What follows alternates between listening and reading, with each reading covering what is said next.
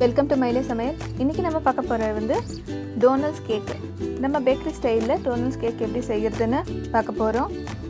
இது வரைக்கும் நம்ம சேனலை சப்ஸ்கிரைப் பண்ணாதவங்க சப்ஸ்கிரைப் பண்ணுங்கள். இதுக்கு தேவையான இன்க்ரீடியன்ட் என்னென்னு பார்க்கலாம் வாங்க. ஃபஸ்ட்டு பட்டர் எடுத்துக்கோங்க 100 கிராம்ஸு. இது வந்து சுகரு, மைதா, 2 எக்கு, மில்க்கு, அப்புறம் சாக்லேட் சிரப்பு. அவ்வளோதாங்க இதுக்கு தேவையான இன்க்ரீடியண்ட்டு. இப்போ ஃபஸ்ட்டு வந்து நம்ம பட்டர் வந்து நல்லா 1 ஹவருக்கு முன்னாடியே ஃப்ரிட்ஜில் இருந்ததுன்னா எடுத்து வெளியில் வச்சுடுங்க. அப்போ தான் நல்லா இந்த மாதிரி ஸ்மூத்தாக கிடைக்கும், நமக்கு போட்டு பிசையவும் ஈஸியாக இருக்கும். இப்போ நான் வந்து 100 கிராம்ஸ் பட்டருக்கு 2.5 இல்லை 300 கிராம்ஸ் கூட எடுத்துக்கலாம். நல்லா போட்டு அதை மிக்ஸ் பண்ணிக்கோங்க. நல்லா மிக்ஸ் பண்ணிவிட்டு நல்லா மிக்ஸ் பண்ணி விடுங்க. நல்லா சாஃப்டாக ஸ்மூத்தாக வரும். அதுக்கப்புறமா நம்ம வச்சுருக்க எக்கும் அதில் உடச்சி ஊற்றிடுங்க. ஸோ அதுவும் நல்லா மிக்ஸ் ஆகிடும். நல்லா இன்னும் சாஃப்டாக வரும். அப்படி நீங்கள் வெஜிடேரியனாக இருந்தீங்க, உங்களுக்கு எக்கு வேணான்னா நீங்கள் வந்து ஈஸ்ட் போட்டுக்கலாம். அது வந்து நல்லா சாஃப்டாகவும் உங்களுக்கு வந்து 2 டீஸ்பூன் போட்டுக்கோங்க. இப்போ வந்து சுகர் பவுடர், உங்களுக்கு சுகர் தேவையான அளவுக்கு போட்டுக்கலாம். நான் வந்து சுகர் தாங்க நம்ம வீட்டில் யூஸ் பண்ணுறதா பவுடர் பண்ணி வச்சுருக்கேன். ஸோ நீங்கள் அதையும் அதில் போட்டு நல்லா பிசைஞ்சு விடுங்க. நல்லா சாஃப்டாக வரும். உங்களுக்கு இன்னும் கொஞ்சம் தண்ணி தேவைப்படுது அப்படின்னா நம்ம வச்சுருக்க பால் தான் கொஞ்சம் கொஞ்சமாக ஊற்றி மிக்ஸ் பண்ணணும். ஏன்னா ஆல்ரெடி அதில் பட்டர் இருக்கிறதுனால நல்லா சாஃப்டாக ஸ்மூத்தாக இருக்கும், ரொம்ப சில்கியாகவும் இருக்கும் மாவு. ஸோ நல்லா அதை பிசைஞ்சு விடுங்க. நல்லா நம்ம பிசைஞ்சு விடும்போது நல்லா பைண்ட் ஆகும், நல்ல சாஃப்ட்னஸும் கிடைக்கும். நம்ம கையிலே ஒரு 15 மினிட்ஸ் போட்டு நல்லா இதே மாதிரி பிசைஞ்சு விட்டோம்னா சூப்பரான நல்ல ஒரு பேக் கிடைக்கும். இதை நல்லா பிசைஞ்சிட்டு நல்லா எவ்வளோ பிசைகிறோமோ அவ்வளோ சாஃப்ட்னஸ்ஸு, நல்லா ஸ்மூத்தியாக நல்லா ஒரு கேக் கிடைக்கும் நமக்கு. இப்போ வந்து நல்லா பிசைஞ்சு விட்டாச்சு. இதை வந்து ஒரு 1/2 ஹவருக்கு அப்படியே நம்ம வச்சிடணும். அதுக்கப்புறமா தான் நம்ம பார்க்கணும். இப்போ நல்லா அது பிசைஞ்சாச்சு. இதை அப்படியே விட்டுடுங்க. அதுக்கப்புறமா நம்ம மாவை வந்து சப்பாத்தி மாவு எப்படி திரட்டுறோமோ அதே மாதிரி போட்டு நல்லா திரட்டி விட்டுக்கோங்க.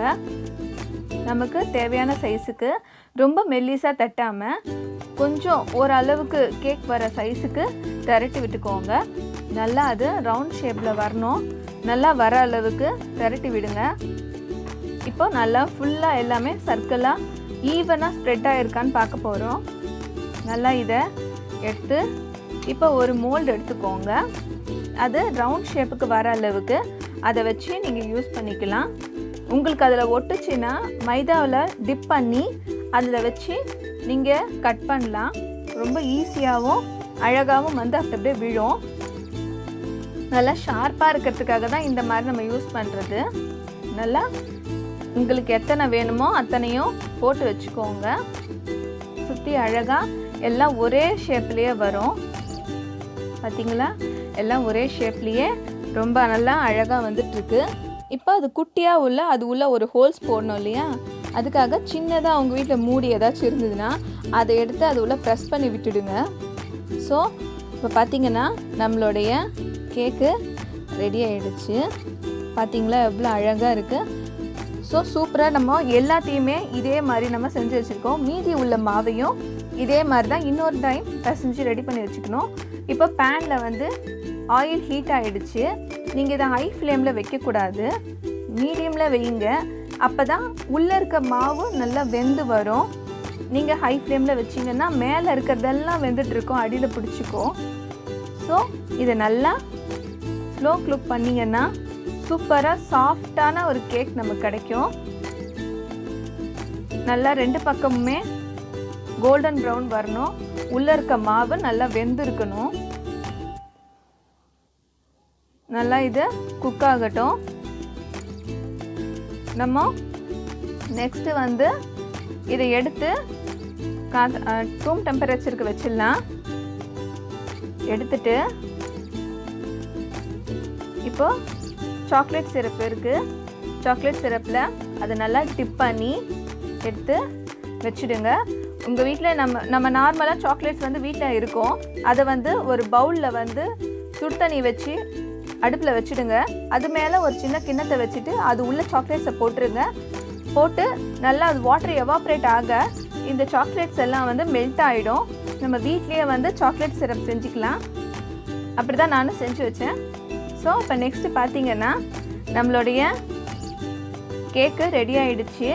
என்கிட்ட ஒயிட் சாக்லேட் கொஞ்சமாக இருந்ததுனால ஸோ நான் ஒயிட்டு கொஞ்சமாக தான் யூஸ் பண்ணியிருக்கேன். இப்போ மேலே டெக்கரேஷனுக்காக நீங்கள் வந்து சில்வர் பால்ஸ் யூஸ் பண்ணலாம். நம்ம இஷ்டம். க்ரியேட்டிவ் வந்து எந்த மாதிரி வேணுமோ நம்ம ப்ரெசன்டேஷனுக்கு நமக்கு என்ன பசங்களுக்கு ஃப்ளேவர் பிடிக்குமோ அதுலேயே போட்டு நம்ம அதை அவங்களுக்கு செஞ்சு கொடுக்கலாம். இப்போது ஃபைனலாக வந்து நம்ம வச்சுருக்க சுகர் பவுடர் நம்மக்கிட்ட இருந்தது இல்லையா, ஸோ அதையும் எடுத்துக்கோங்க.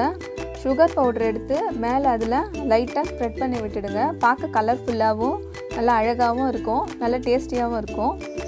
பசங்க அதை வச்சோடனே ரொம்ப ஸ்வீட்னஸ் இருக்கும். அவ்வளோதாங்க, முடிச்சு போச்சு. நம்மளே கேக்கு ஈஸியாக அழகாக செஞ்சுட்டோம். இந்த வீடியோ உங்களுக்கு பிடிச்சிருந்தா எங்கள் சேனல் சப்ஸ்கிரைப் பண்ணுங்கள், லைக் பண்ணுங்கள், ஷேர் பண்ணுங்கள், கமெண்ட் பண்ணுங்கள். தேங்க்யூ.